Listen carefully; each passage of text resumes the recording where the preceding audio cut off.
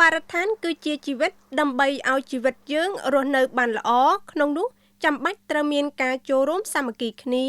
ដើម្បីរៀបចំសម្អាតផ្ទះរបស់យើងឲ្យមានភាពស្អាតមានបរិស្ថានស្អាតប្រជាពលរដ្ឋមានសុខភាពល្អនិងមានជីវភាពរីកចម្រើនឯកឧត្តមបណ្ឌិតអៀងសុផាឡែតបានមានប្រសាសន៍លើកឡើងបែបនេះនៅក្នុងឱកាសអញ្ជើញជាអធិបតីក្នុងពិធីចុះហត្ថលេខាលើអនុស្សរណៈនៃការយោគយល់គ្នាស្ដីពីការពង្រឹងកិច្ចសហប្រតិបត្តិការផ្នែកបច្ចេកទេសពាក់ព័ន្ធនិងការគ្រប់គ្រងសំរាមសំណល់រឹងទីប្រជុំជនរយៈពេល10ឆ្នាំ2026-2036រវាងក្រសួងបរិស្ថាននិងក្រុមហ៊ុន Mitsuda Group Co Ltd នៅថ្ងៃទី15ខែមករាឆ្នាំ2026ឯកឧត្តមរដ្ឋមន្ត្រីបានសង្កត់ធ្ងន់ថាអនុស្សរណៈនៃការយោគយល់គ្នាដែលបានរៀបចំឡើងបានឆ្លើយតបនិងបន្តមរតកទំនាក់ទំនងនិងកិច្ចសហប្រតិបត្តិការល្អដ៏យូរអង្វែងរវាងព្រះរាជាណាចក្រកម្ពុជានិងប្រទេសចិនដែលមានការរីកចម្រើនគ្រប់វិស័យទាំងអស់ក្នុងនោះមានវិស័យបរិស្ថានផង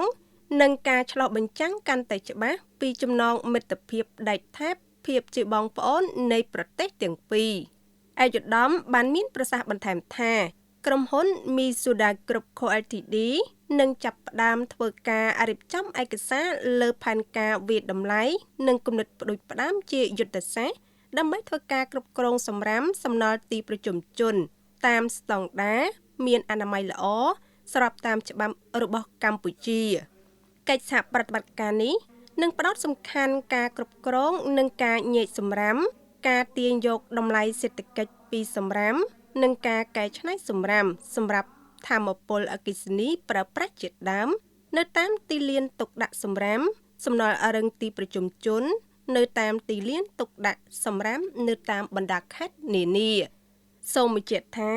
ស្របនឹងគោលនយោបាយនិងយុទ្ធសាស្ត្ររបស់រដ្ឋាភិបាលក្រសួងបរិស្ថានបានដាក់ចេញយុទ្ធសាស្ត្រចក្រាវិស័យបរិស្ថាននិងការដឹកនាំចង្អុលបង្ហាញដ៏ខ្ពង់ខ្ពស់ពីសម្ដេចមហាបវរធិបតីហ៊ុនម៉ាណែតនាយករដ្ឋមន្ត្រីនៃព្រះរាជាណាចក្រកម្ពុជាក្រសួងបរិស្ថានបានយកចិត្តទុកដាក់លើការអប់រំផ្សព្វផ្សាយតាមរយៈយុទ្ធនាការនានាដោយចាប់ផ្ដើមពីការធ្វើឲ្យភាពស្អាតនៅក្នុងខ្លួនបុគ្គលម្នាក់ៗបន្តមកភាពស្អាតនៅក្រៅខ្លួនដែលត្រូវធ្វើសកម្មភាពសម្អាតមានការទុកដាក់សម្រាមដើម្បីកម្ពុជាមានភាពស្អាតជានិរន្តរ៍បន្ទាប់មកគឺការបន្តធ្វើឲ្យកម្ពុជាដែលជាប្រទេសរបស់យើងស្អាតលើឆាកអន្តរជាតិមានភាពស្អាតភាពបៃតងនិងការអភិវឌ្ឍប្រកបដោយចីរភាព